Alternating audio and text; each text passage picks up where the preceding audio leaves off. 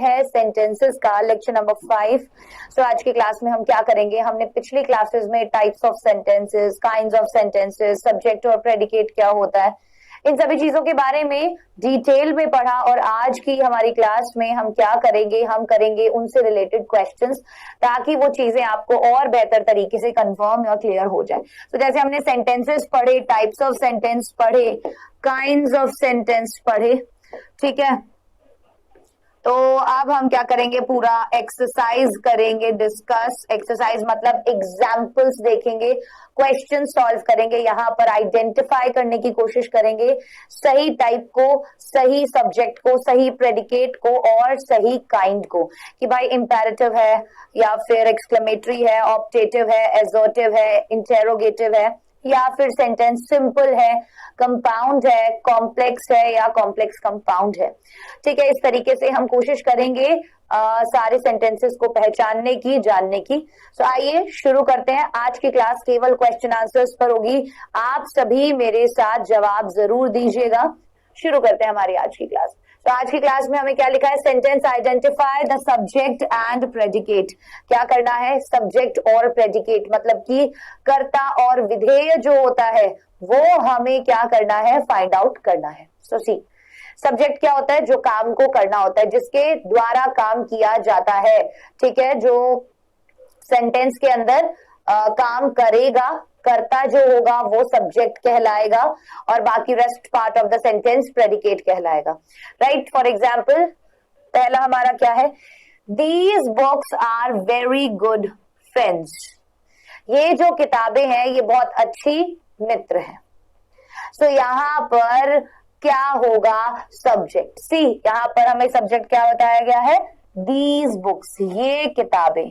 सो ये यहाँ पर कंप्लीट क्या हो जाएगा, सब्जेक्ट हो जाएगा। हो जाएगा या नहीं हो जाएगा, और इससे पहले दीज लगा हुआ है, सो दीज यहाँ पर क्या हो गया, एक क्वालिफायर हो गया। दीज यहाँ पर क्या हो गया, एक क्वालिफायर हो गया। ये भी हमने लास्ट क्लास में पढ़ा था। ठीक है, ये बात समझ में आ गई। आ वेरी गुड फ्रेंड्स, ये वाला पार्ट क्या हो गया, ये प्रेडिकेट वाला पार्ट हो गया। हो गया या नहीं हुआ। Next, the staff of the school has an important meeting with the school inspector. अब यहां पर has an कर देना, कि जो स्टाफ है स्कूल का, उसकी एक महत्वपूर्ण मीटिंग है किसके साथ, with the school inspector, school के इंस्पेक्टर के साथ, निरीक्षक के साथ। So the staff of the school, यहां पर सब्जेक्ट क्या होगा, complete, the staff of the school, ये कंप्लीट हमारा सब्जेक्ट होगा। मैं इन लाइंस को थोड़ा सा इरेज कर देती हूँ ताकि क्लियर हो जाए आपको। ठीक है, so the staff of the school, ये वाला पार्ट क्या होगा, हमारा सब्जेक्ट होगा। होगा या नहीं होगा, क्योंकि क्या बताया गया है, कहां का स्टाफ, स्कूल का staff. So the staff of the school has an important meeting with the school inspector. So ये rest part of the sentence, यहाँ वाला part क्या हो गया, ये predicate हो गया। ठीक है, next, the bees are busy collecting nectar from the flowers. जो मधुमक्खियां हैं वो क्या है, busy हैं, क्या करने में, कलेक्ट करने में। नेक्टर क्या होता है, फूलों का जो रस होता है वो, फ्रॉम द फ्लावर्स, फूलों में से। So the bees, the bees में, द बीज क्या है, सब्जेक्ट है। ठीक है, और द यहां पर क्या है, क्वालिफायर है। क्लियर हो गई ये बात। और आप busy collecting nectar from the flowers, ये प्रेडिकेट वाला पार्ट है। ठीक है, next, those gentleman are a part of the jury. वो जो जेंटलमैन है वो क्या है, जूरी का हिस्सा है। सो MEN मैन लिखा है, इसीलिए यहां पर आर लिखा है, ध्यान रखना। सो यहां पर दोज जेंटलमैन क्या है, सब्जेक्ट है, और ये वाला पार्ट क्या है, हमारा प्रेडिकेट है। जितने ज्यादा क्वेश्चंस करेंगे उतना क्लियर हमें होता जाएगा। Next question, Anita knows the dancer. Anita जो है वो डांसर को जानती है। अनीता क्या करती है, डांसर को जानती है। सो Anita subject knows the dancer predicate. होगा या नहीं होगा? अब तो समझ में आया होगा इजीली कि अनीता क्या हो गया, हमारा सब्जेक्ट हो गया और ये प्रेडिकेट हो गया। तो इस तरीके से हम क्या कर सकते हैं, सब्जेक्ट और प्रेडिकेट अलग अलग पता लगा सकते हैं। ठीक है, next, the boy who is wearing a yellow dress is my aunt's son. इसमें अगर आपको सब्जेक्ट और प्रेडिकेट का पता लगाना है तो देखो, लड़का जिसने पहनी है एक येलो ड्रेस, वो लड़का जिसने पहनी है क्या, एक yellow dress. So the boy who is wearing a yellow dress, ये पूरा हमारा क्या होगा, सब्जेक्ट होगा। होगा या नहीं होगा? The boy who is wearing a yellow dress. अब यहां पर वेयरिंग अ येलो ड्रेस जो है वो द बॉय को क्या कर रहा है, क्या कर रहा है, उसकी विशेषता बता रहा है। तो ये एडजेक्टिव फ्रेज इसके साथ लगा हुआ है। ठीक है, जैसे हमने सब्जेक्ट के पार्ट्स पढ़े थे और प्रेडिकेट के पार्ट्स पढ़े थे, तो ये जो सब्जेक्ट का पार्ट है इसमें ये एडजेक्टिवल फ्रेज है। क्या है? एडजेक्टिव फ्रेज है, right. Who is wearing a yellow dress, ये वाला पार्ट क्या है, ये एडजेक्टिव फ्रेज है। ठीक है, ऐसे आप लोगों को पता चल जाना चाहिए, यहां से यहां वाला पार्ट ये एडजेक्टिव फ्रेज है। ठीक है, next, boys who cheat should be severely punished. वो लड़के जो चीट करते हैं उन्हें बहुत बुरे तरीके से पनिशमेंट मिलनी चाहिए। So the boys who cheat, the boys who cheat क्या हो गया, सब्जेक्ट हो गया। बॉयज हु चीट क्या हुआ, subject. Should be severely punished, ये वाला पार्ट क्या हो गया, ये प्रेडिकेट वाला पार्ट हो गया। क्या हो गया ये वाला पार्ट बेटा, प्रेडिकेट वाला पार्ट हो गया, राइट। सो हु चीट यहां पर क्या हो गया, एडजेक्टिव फ्रेज हो गया। That mad elephant created a rampage at the temple.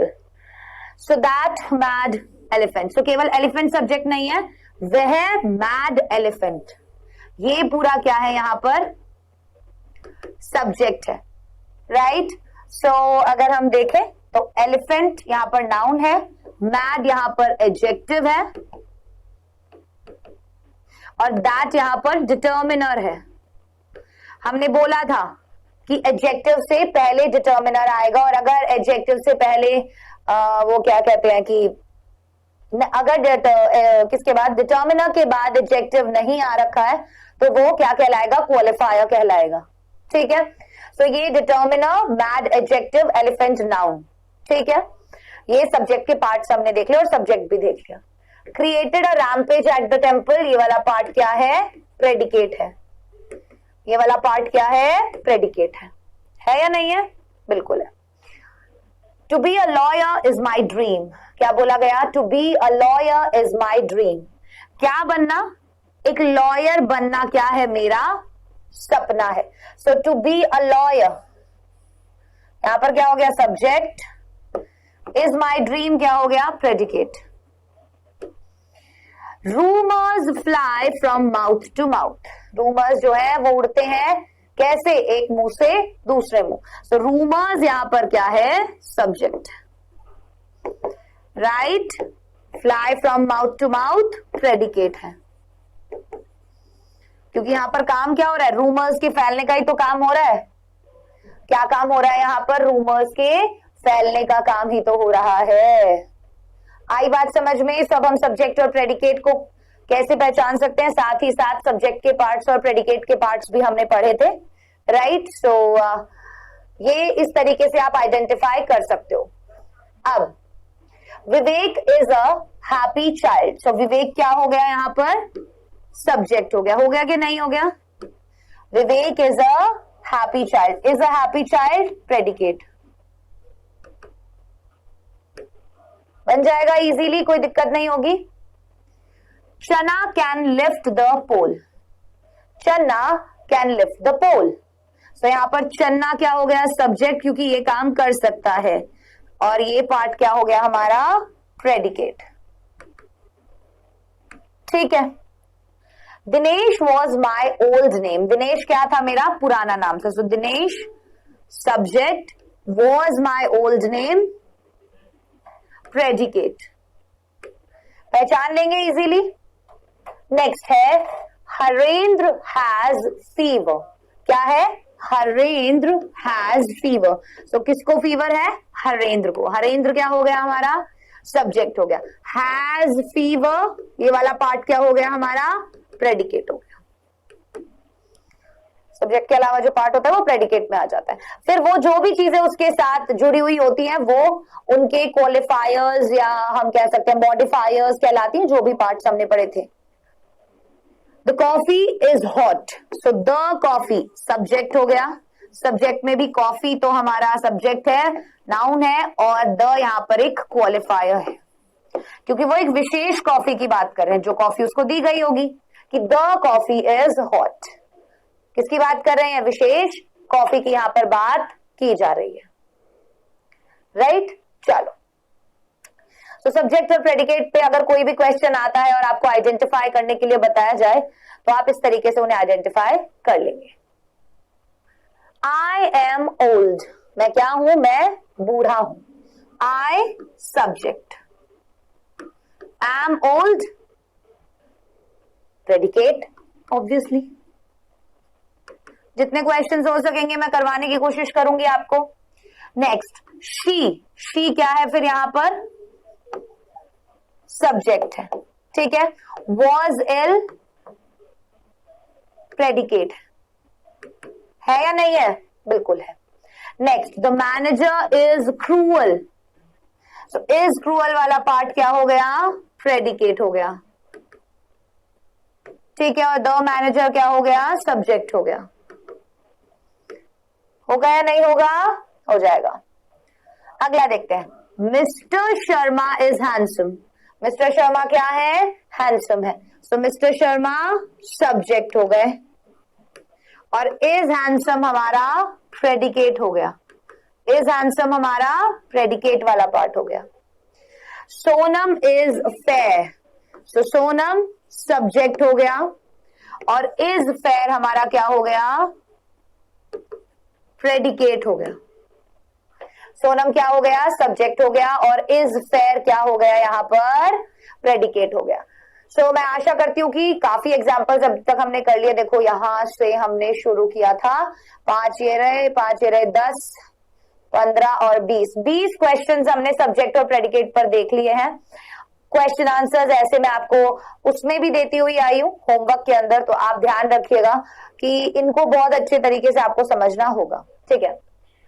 अब बेटा हम बात करेंगे कि जो भी सेंटेंसेस हमने पढ़े थे, जैसे सिंपल पढ़ा था, कंपाउंड पढ़ा था और कॉम्प्लेक्स पढ़ा था, ठीक है। सिंपल सेंटेंस है, कंपाउंड सेंटेंस है, कॉम्प्लेक्स सेंटेंस है, कैसा सेंटेंस है वो हमें यहां पर पता लगाना है। आइए देखते हैं।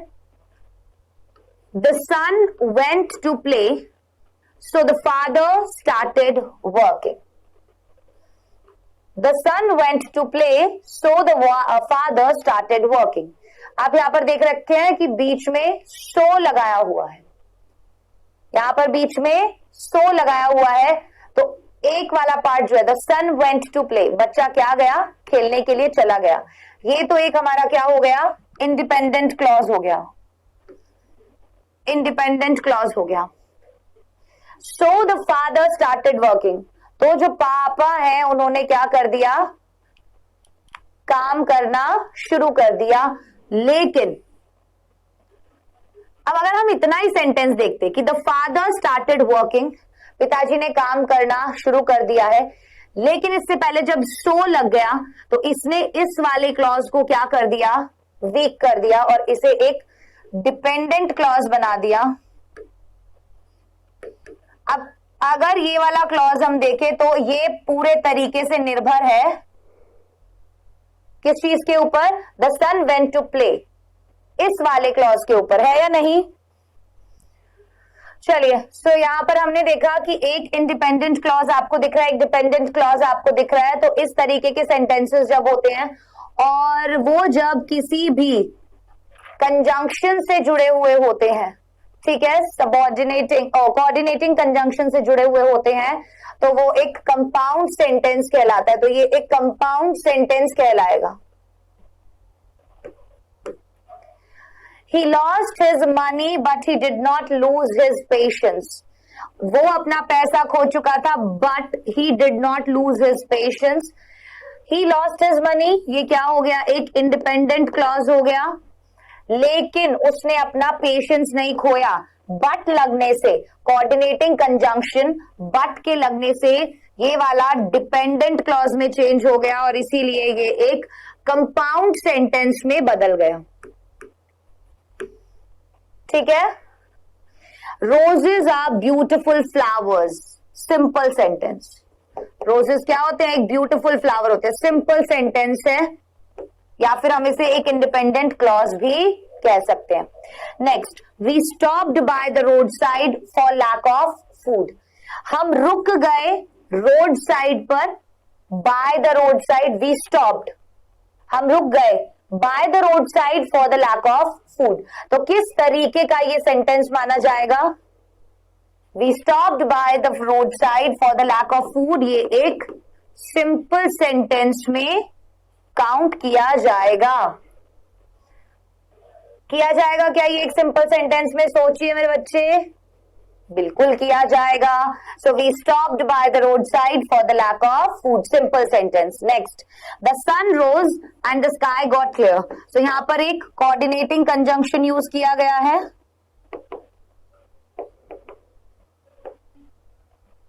द सन रोज एक इंडिपेंडेंट क्लॉज है, IDC लिख रही हूं, इंडिपेंडेंट क्लॉज है, ये कोऑर्डिनेटिंग कंजंक्शन से जुड़ा हुआ है।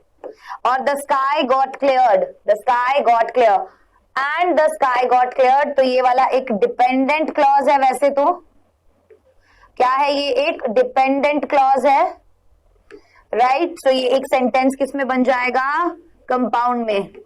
एक इंडिपेंडेंट और एक डिपेंडेंट क्लॉज जब आ गए और कोऑर्डिनेटिंग कंजंक्शन से वो जुड़ गया, ठीक है, तो क्या हो जाता है, कंपाउंड में बदल जाता है। अगर एंड नहीं होता, केवल इतना पार्ट देखते, द स्काई गॉट क्लियर्ड, तो ये अपने आप में होता है, लेकिन एंड लगने से ये वीक हो गया और ये डिपेंड हो गया इसके ऊपर, इसीलिए ये एक कंपाउंड सेंटेंस कहलाएगा। Next, she wrote a novel, बहुत साधारण सी बात है, सिंपल सेंटेंस कहलाएगा। क्या कहलाएगा, सिंपल सेंटेंस ये कहलाएगा। कहलाएगा या नहीं कहलाएगा, बिल्कुल। The students solve the questions easily, जो स्टूडेंट्स हैं वो क्या कर लेते हैं, क्वेश्चंस को आसानी से सॉल्व कर लेते हैं। सो अगेन सिंपल सेंटेंस है, कुछ भी नहीं है इसमें, ठीक है। Next, he is not harmful, again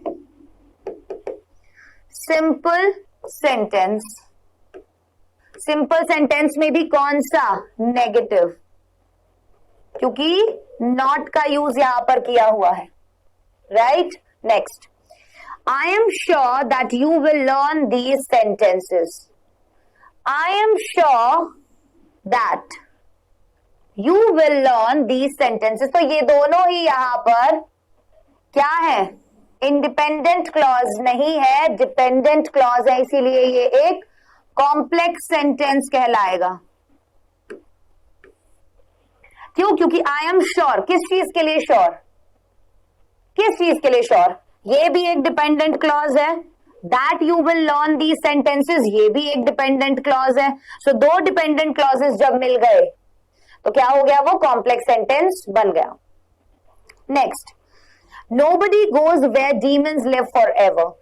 nobody goes, कहां नहीं जाता कोई भी, dependent clause, where demons live for ever, जहां डीमंस हमेशा के लिए रहते हैं। सो ये भी एक डिपेंडेंट क्लॉज है, कंप्लीट थॉट नहीं दे रहा है, इसीलिए ये सेंटेंस भी क्या कहलाएगा, एक कॉम्प्लेक्स सेंटेंस कहलाएगा।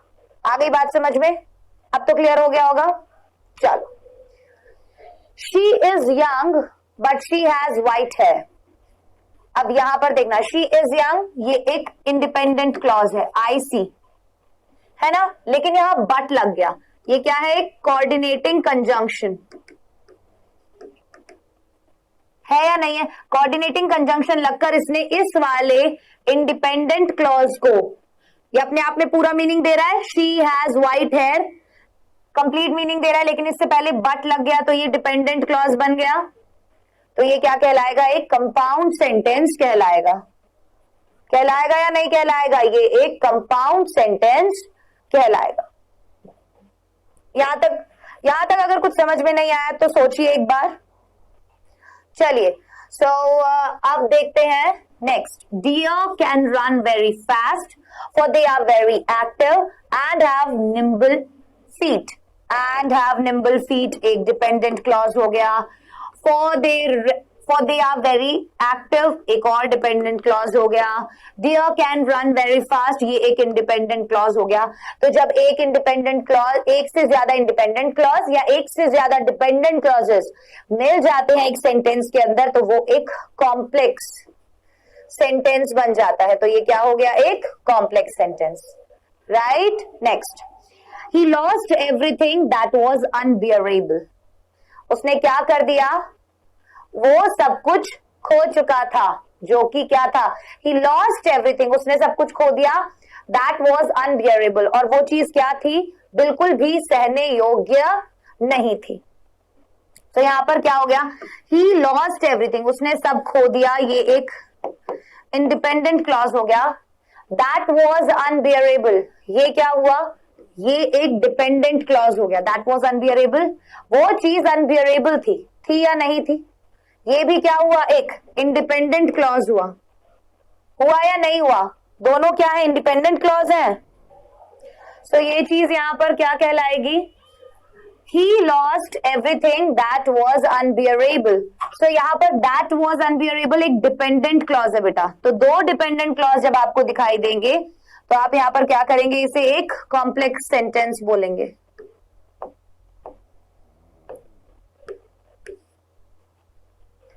Next, this is the school where you have studied, क्या बोल रहे हैं, ये वो स्कूल है जहां तुमने पढ़ाई की है। So this is the school, यह वो स्कूल है, वेयर यू हैव स्टडीड जहां तुमने पढ़ाई की है। दिस इज द स्कूल, ये भी एक डिपेंडेंट क्लॉज है। वेयर यू हैव स्टडीड ये भी एक डिपेंडेंट क्लॉज है। तो दो डिपेंडेंट क्लॉज हो गए, तो ये एक कॉम्प्लेक्स सेंटेंस हो गया क्योंकि इसमें एक भी इंडिपेंडेंट क्लॉज नहीं है।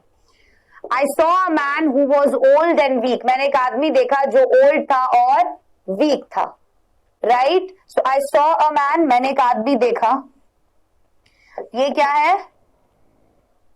वो क्या था, मैंने एक आदमी देखा, I saw a man, ये एक इंडिपेंडेंट क्लॉज दिख रहा है या डिपेंडेंट।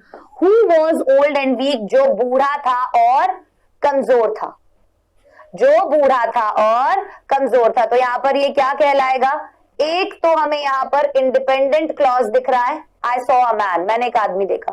दूसरा है who was old and weak, जो कि बूढ़ा था और वीक था। तो ये एक डिपेंडेंट क्लॉज है, एक इंडिपेंडेंट एक डिपेंडेंट क्या हो जाएगा, कंपाउंड सेंटेंस होगा या नहीं होगा, सोचिए। चलिए, the person is a renowned writer, ये क्या होगा, एक सिंपल सेंटेंस होगा, राइट।